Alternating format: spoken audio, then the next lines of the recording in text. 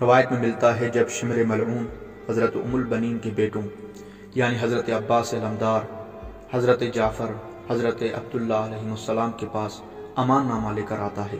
تو حضرت عباس اور ان کے بھائیوں نے شمر ملعون کو جواب دیتے ہوئے فرمایا، تم پر اور تمہارے امان نامے پر خدا کی لعنت ہو، تو ہمارے لیے تو امان نامہ لے کر آیا ہے پر فرزند رسول کے ساتھ جنگ کرنے آیا ہے۔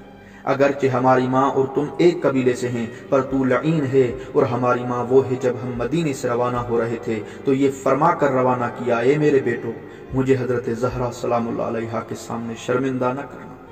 ایسا نہ ہو کہ فاطمہ کا بیٹا تنہا ہو جائے اور تم اسے چھوڑ کر چلے جاؤ۔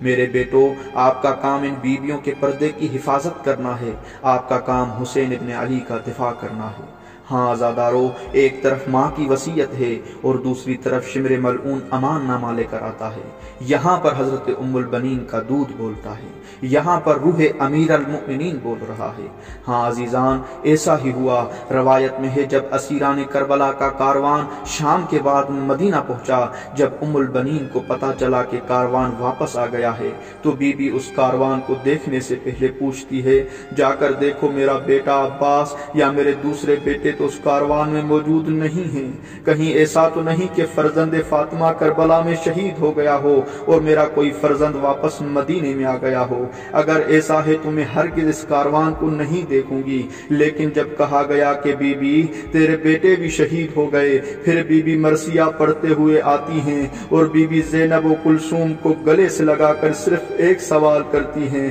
بیٹا مجھے صرف اتنا بتاؤ میرے عباس نے وفا کی تھی یا نہیں، میرے بیٹوں نے وفا کی تھی یا نہیں۔